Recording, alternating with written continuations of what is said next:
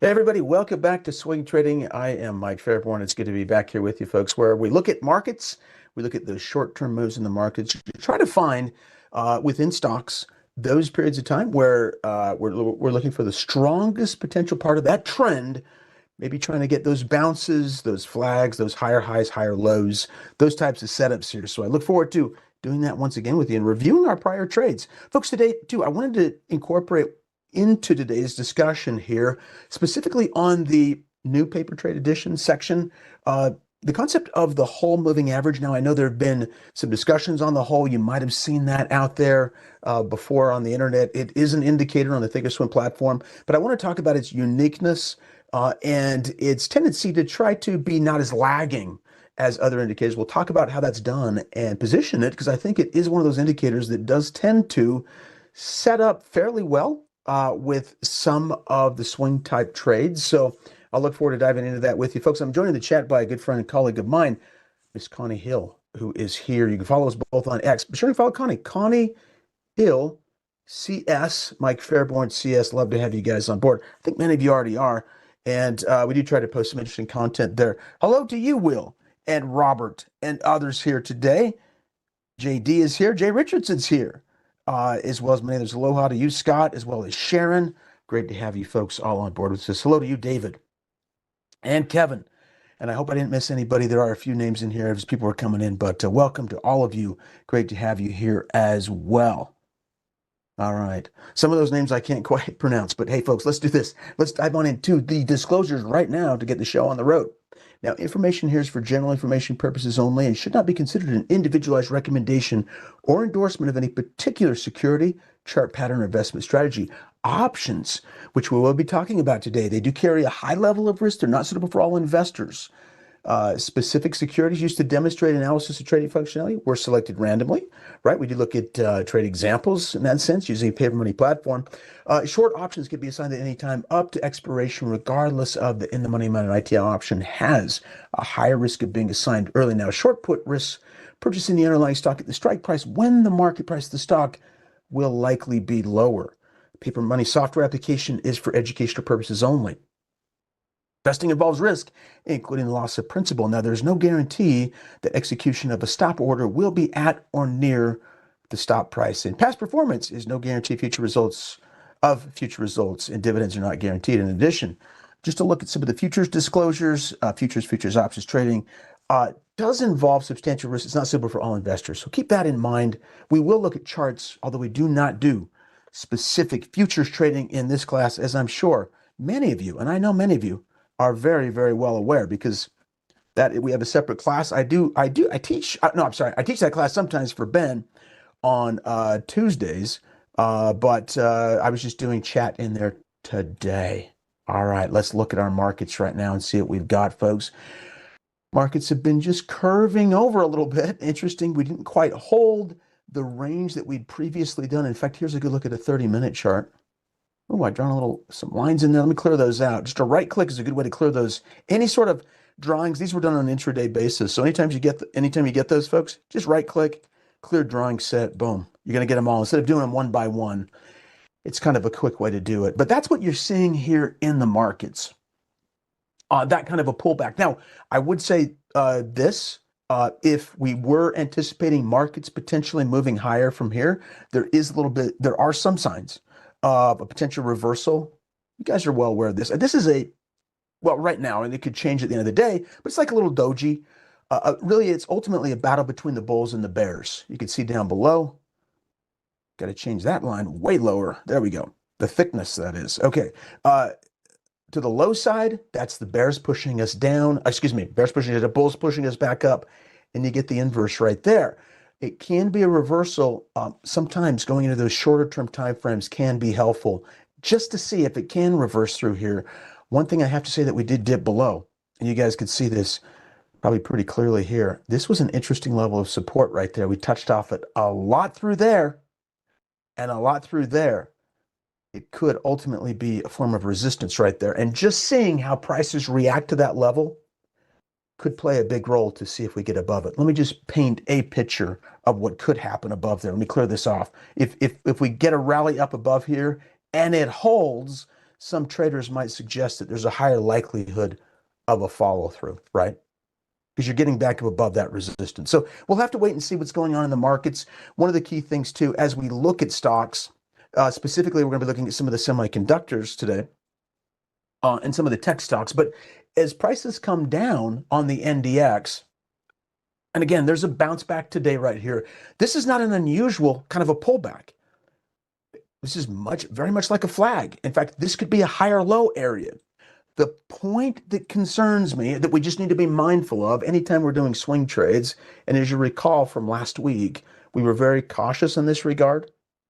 We only put on a 25 share position, which did pay off in a sense. We'll talk about that in just a second. But a move down through here, right? If it does come,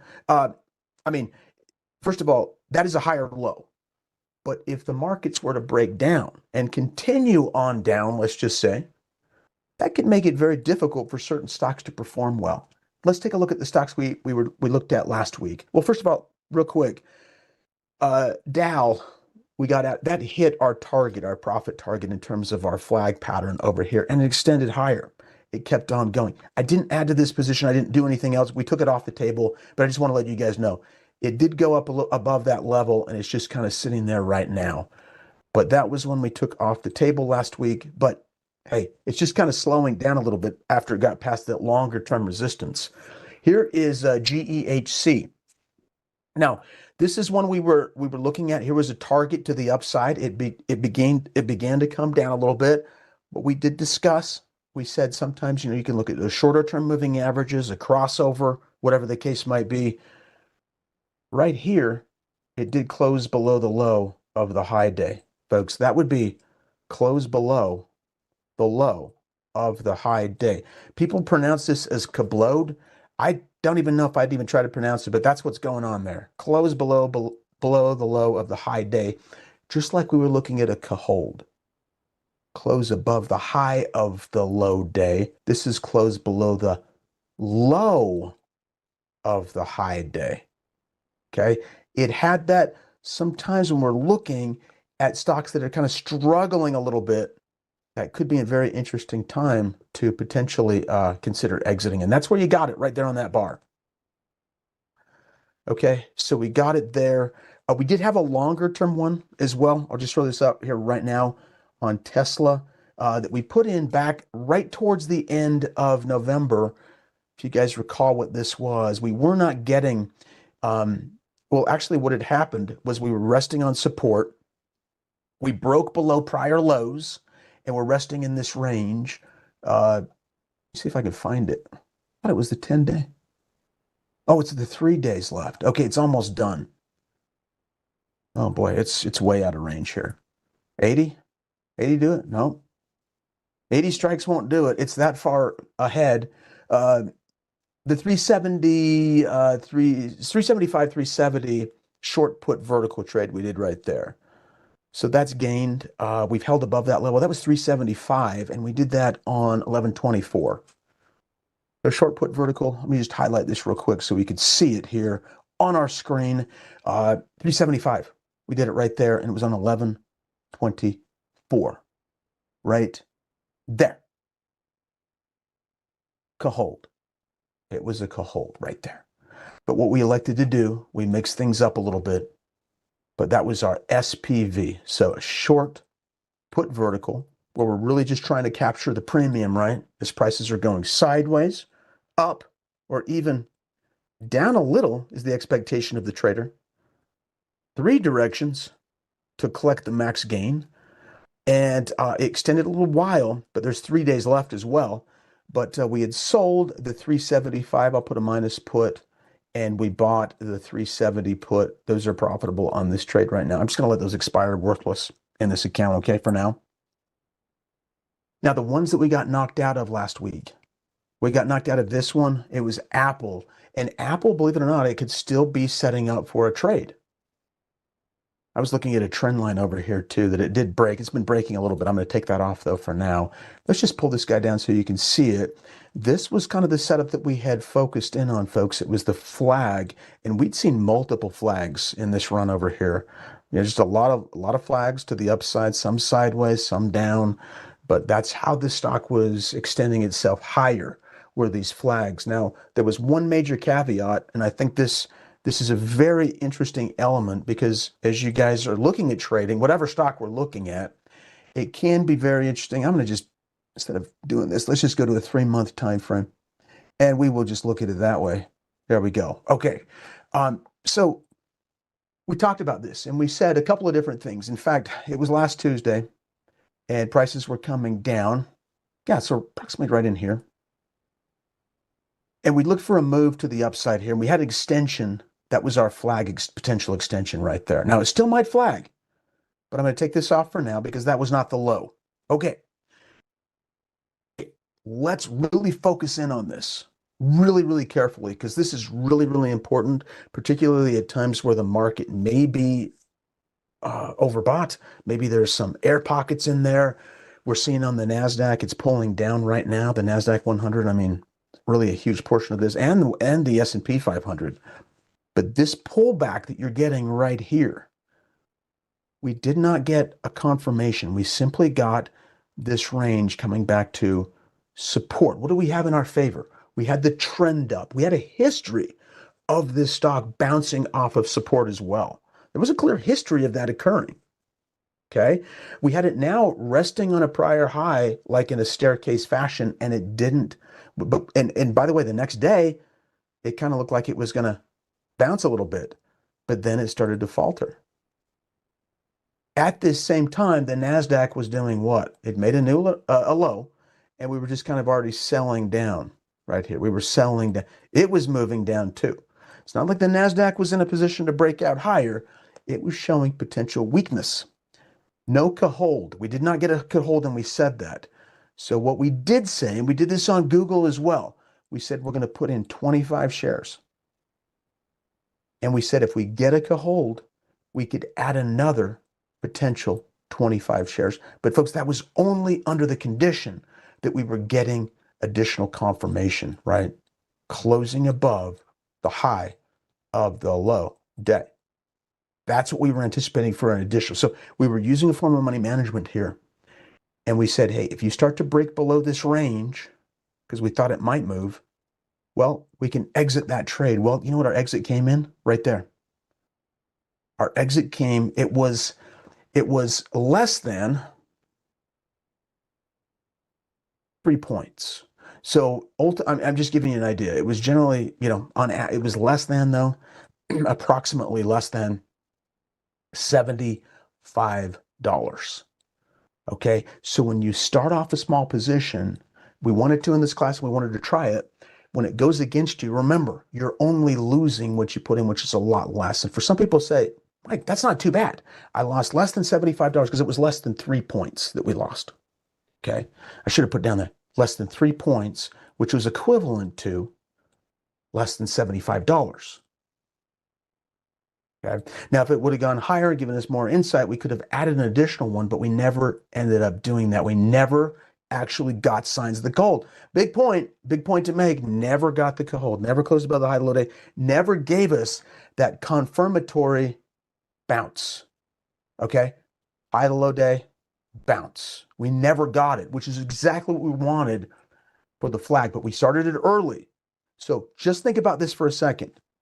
Let's go down here and let's just say if it did unfold like the flag, and this is why this is so important to review and have this down, because it's part of our overall swing strategy, an overall swing strategy.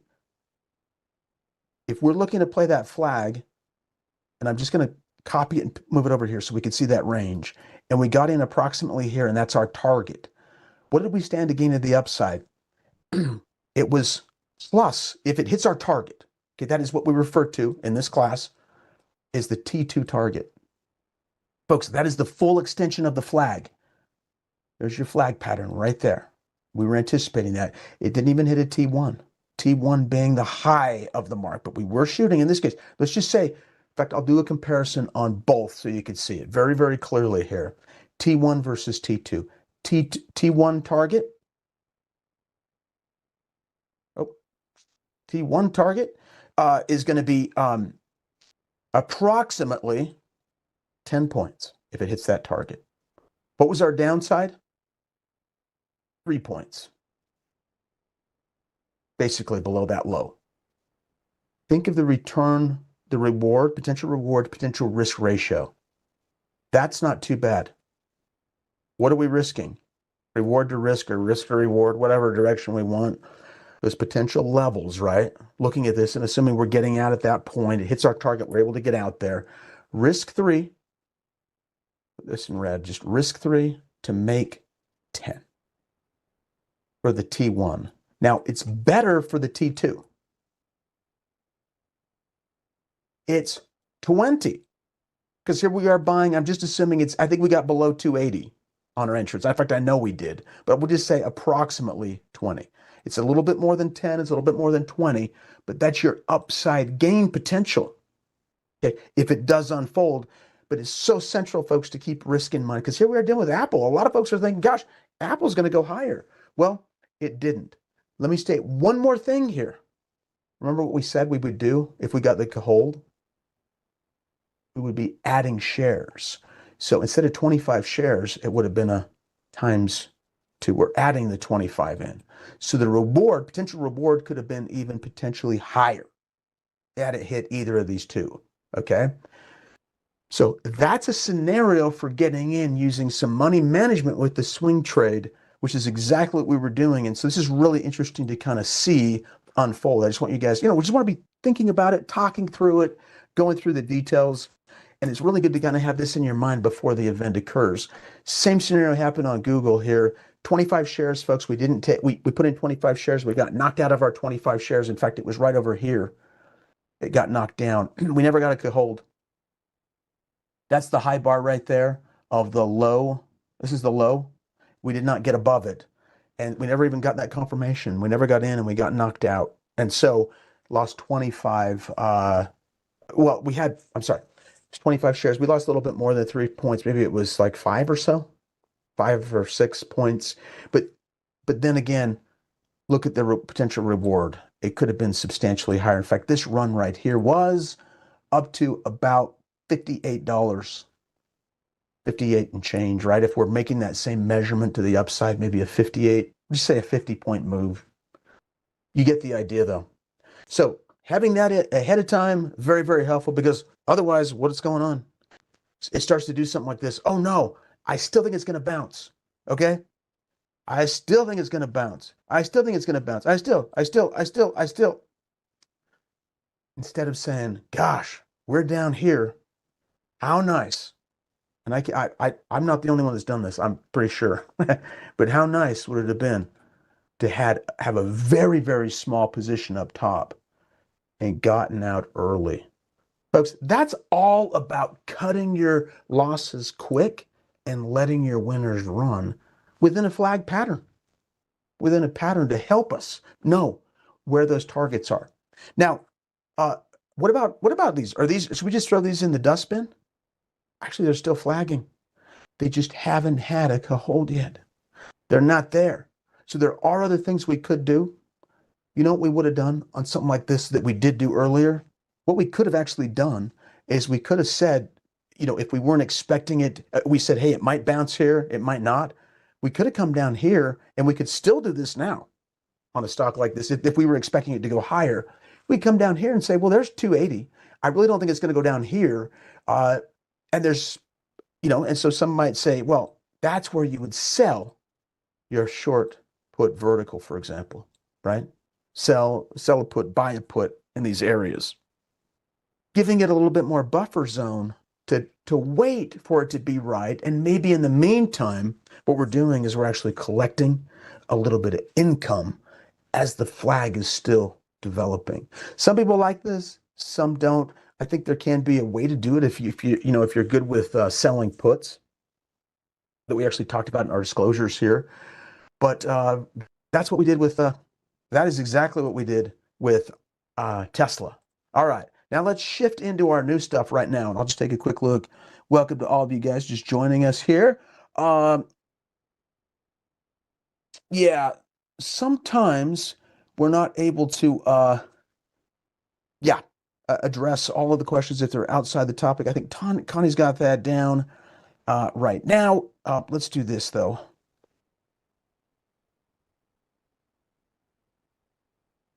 All right. Yes, in fact, there was some stuff I did receive from Robert. So, yep, yep, and that would be a great one to talk about too. But what we're referring to there is, the ThinkScript class, but that could be a fascinating one to have open. Thank you for that. Yep. A lot of these, by the way, when we're looking at these companies, what we're really looking at are companies that are maybe a little bit more established. You'll notice, you guys, I don't throw out stocks here. I'm just going to throw one out of the blue. One that might not, this one's not, this is a silver stock, one we've talked about previously in the class, but not companies that might be, this is not a great example, but we try to talk about companies that are maybe a little bit more well-known. There's brand recognition. They trade on the S&P 500, the NASDAQ. They might have more liquidity. If we go into companies that are outside that, it's really, really tricky. So that kind of ties in a little bit into the fundamentals. And these are easier to kind of check right now too. So I don't know. I'm just saying all the companies we really look at are sort of S&P, NASDAQ 100, Dow Jones type companies, at least in this class for swing trading. So there's a little bit of, recognition of those stocks and, some requirements to get on those indices as well. All right, so let's do this. I'm going to go right into our next set of stocks. I want to talk about this one right here. This is AKAM, Akamai Technology. Akamai, a couple of different things. Now, talking about the fundamentals, bringing that up still, what do we have right here? Well, we've got an earnings announcement, and we did beat earnings. And you guys might see, many of you do see the flag because you're looking at these kind of setups where you get a strong move to the upside, and price is kind of coming down and consolidating a little bit. You guys, this is fascinating. But on this particular trade, we don't have the hold yet today because we haven't closed above this level. We still got time left in the day. But believe it or not, this is the first time we might be closing above the high of the low day. Look at that. Those are all closes below the low of the high day. But there's your bounce. It's really quite interesting, isn't it? As we look at this, but that's a long time for a confirmation as prices are going up because you just had a big down day, which is so cool because now you're giving it more time to see if it actually can go up higher, right? So this is a company you may see, though. I know some of you are seeing it. I don't have to say may. I know many of you do see this. You might see it. Well, I think you see the flag. Up, consolidation, and we're just getting above this resistance right there, just barely. Does that mean it's going to go higher? No, nothing's guaranteed out here to go higher, but we look for signs of strength. And that also is going above resistance. And we might also get, like I said, the hold right there. Question mark. We still have time, though, to see what's going on with this guy. All right. So there's your move off that spike up, that nice gap, really, off of earnings, right? We talked about that earnings beat in here. Now, you guys, I know that many of you are somewhat familiar with the whole moving average, and I want to highlight this right now. What I think is interesting about it is it's not one that I had to build, let's say in ThinkScript, for example, but the whole moving average does do a couple of different things for us. If it would go, let's see. And it's not even going to do that. Okay, I can't even click on it now. Interesting. Okay, that's fine. I'll talk about it here. Let's pull it up. The default is what I've been using, and the 20 is really interesting. If we think about the 20 is a 20-day period of time. What you're getting in there, it really equates to about 1 month, right? I think it's about 21 market days. That's a month. About 21 but 21 trading days in a month. So it's very, very close to it.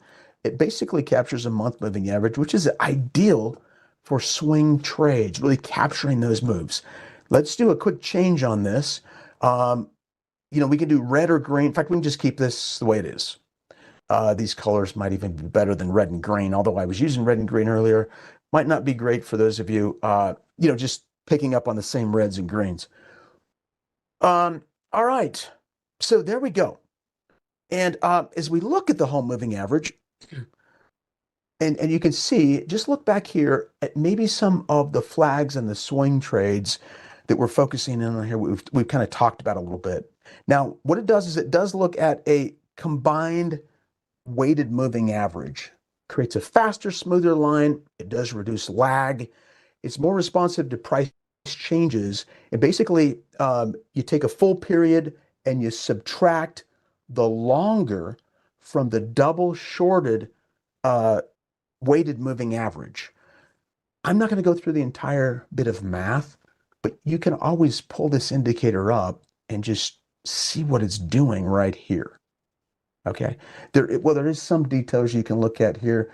There is a subtraction going on, and you can see some of the calculations here, although it does have the whole moving average already is a part of it. Okay, but that is listed here. And basically, it's kind of like that zero lag exponential moving average I've got, but it's not as quick, but it is a fascinating little indicator that's pre-built, and it does change around different timeframes. And you can see the blue represents potential strength, which you're getting. And we got that actually yesterday on Akamai, and it did start to turn a little bit. Now let's go over here and we can look at even, other companies we've looked at before. I want to pull up Google that you've seen. Now, Google on this pullback, as we were looking at the flag over here, folks, we never actually got a blue shift. So there was not an early indication of a sign in terms of this right here, for example, on the flags. And this can be really a valuable tool here for us in recognition of when it's ready to go. We've talked about Caholds, and that's clearly a point, but this could be, let's say, a secondary possible indication of when to take a look at it. And you can go over here and take a look at some of these. Like right there, it's saying, okay, do you have enough confirmation? Do you have enough confirmation right there?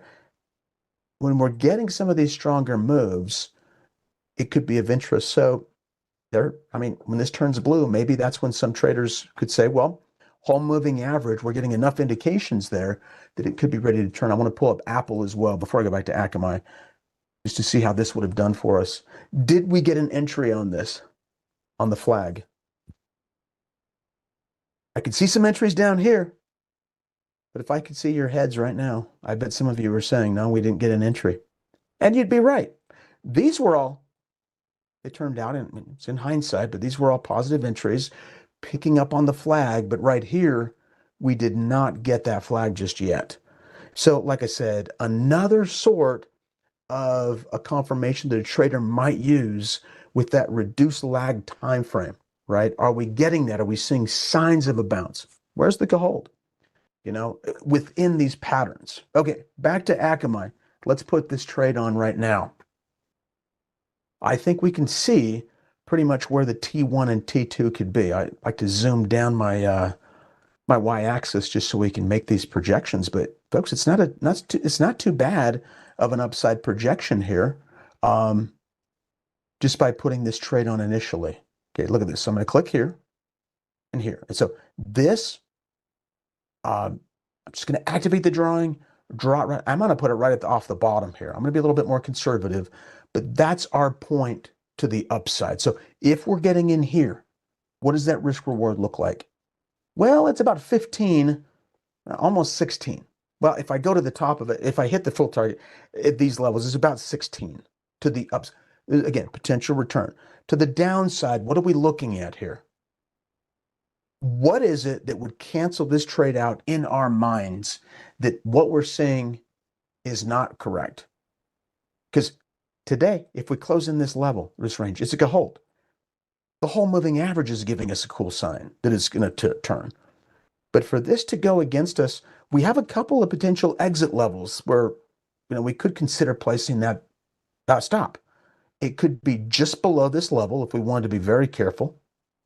It could also be maybe below this low if we wanted to give it a little bit of room to run, bounce around a little bit, okay?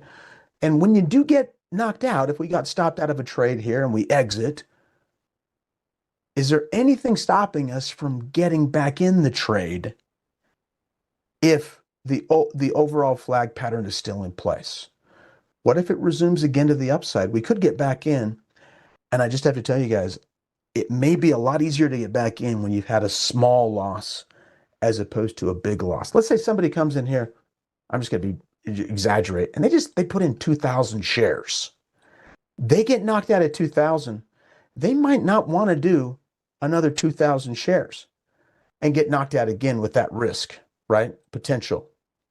But if you've got a small number, let's just say 50 shares in this case that we're looking to put in, maybe we can add to it as soon as we do get a hold and it starts to break up again tomorrow. Maybe we can add another 50, for example, if we want a full 100 shares. Okay, so those are the considerations. For now, I'm going to go ahead and just place the stop fairly tight because the conditions in the market, the NASDAQ is still kind of dipping down a little. It's still trending down. Will it reverse and go higher? If it does, this maybe starts to move. Who knows if it keeps going. So anyways, let's just go ahead and put a trade in here. I'm going to right click. Like I said, we'll start off with the 50. We'll do a buy custom OCL bracket. We'll set some to the upside. But we'll consider, and I will add this in if we can get a confirmation follow through day. Let's go boop, right there. Okay, so we've locked this guy down at 50. And I'm going to go over here and just put GTC down below.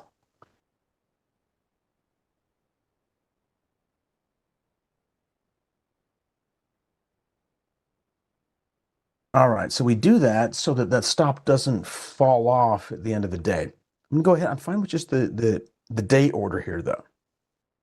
Okay, let's set this. We can keep it where it's at. Well, I like to do this. Now it's easier, just kind of adjust. I'm just going to say 90, and we'll put this guy down at 84. And then we can make some adjustments. Okay, visually, it's so easy to do. Confirm, let's just read our order. Buy 50 Akamai. Maybe as an initial opening position. If it goes our way, we can potentially add more.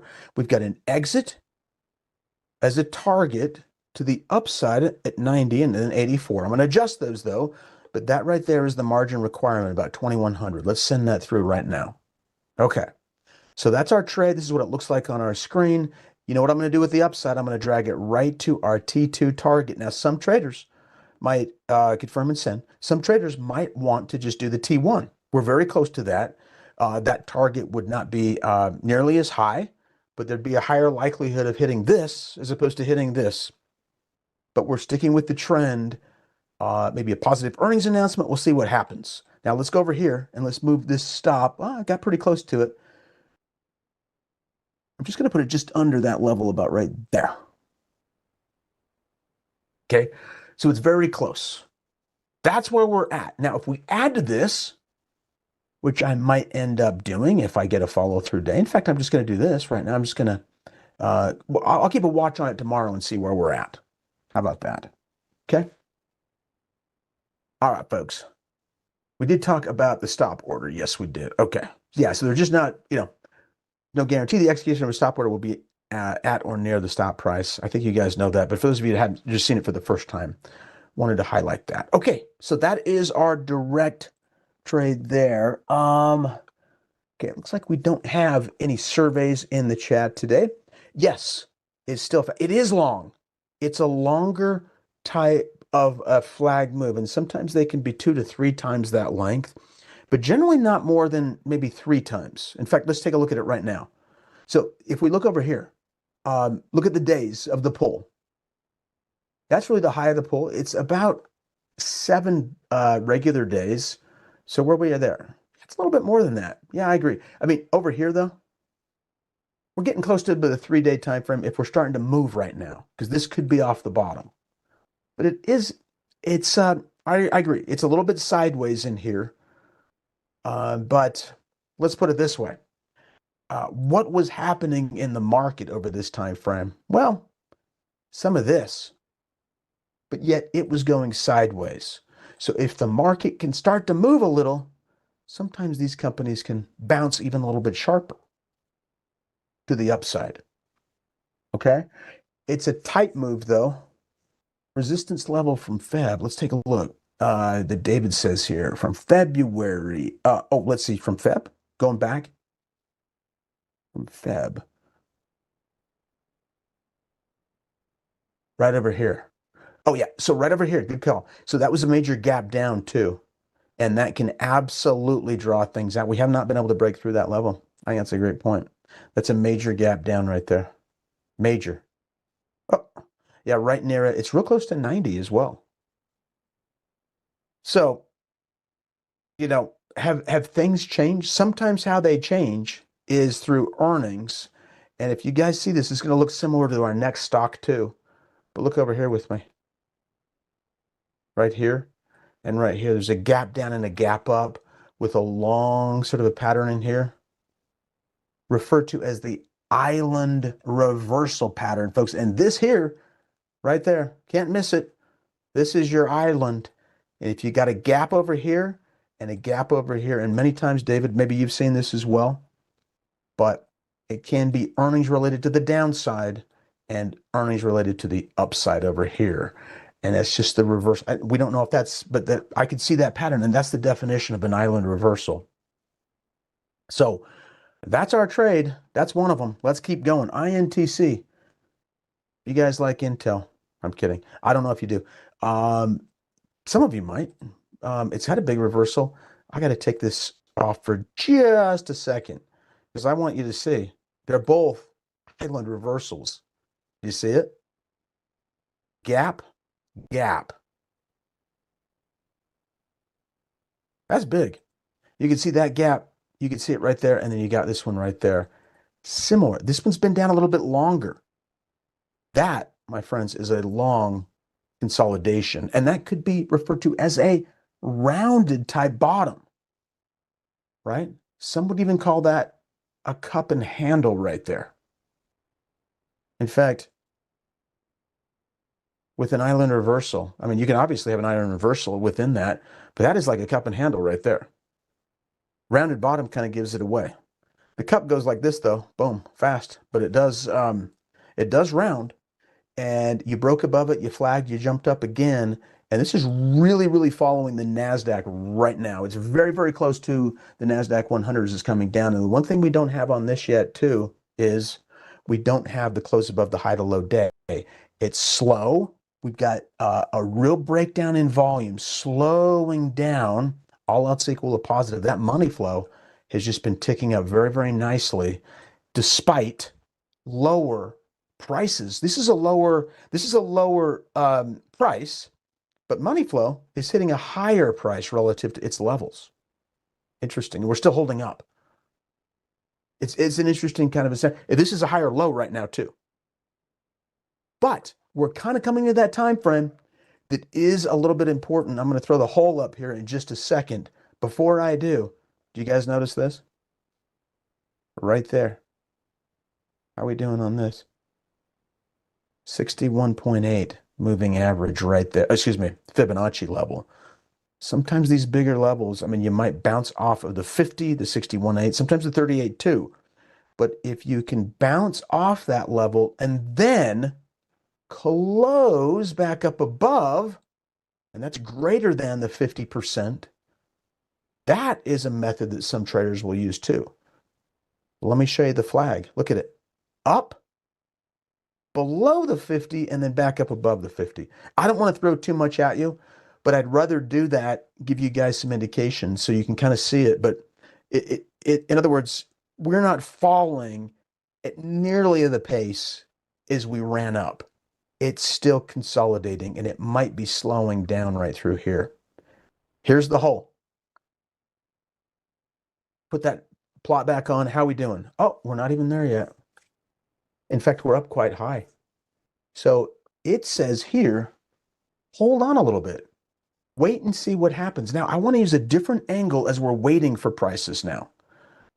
Okay, instead of something we could have done previously on, let's say, Apple or whatever, that could have still worked out. But one of the expectations is that, maybe that a trader might have is maybe, as we're waiting here, that's time. Are there ways for us to generate potential income as we're waiting for what we think to be a strong position to unfold? Folks, there are a lot of different ways to do it. There is, of course, the short put option down here. You minus a put, plus a put, or short put, or just the, a short put vertical. Either way, we don't even need to buy the long one if we wanted to, if we were fine owning it at a little bit lower level. Try to collect premium as we're waiting for prices to move. Now, of course, if prices close below the short put, it's very likely that we'd be assigned that position. Very likely. Okay. But maybe somebody's okay being assigned as long as it doesn't break down. Just some thoughts. Here's another way. What about a buy right? What if we bought here and we sold the 40?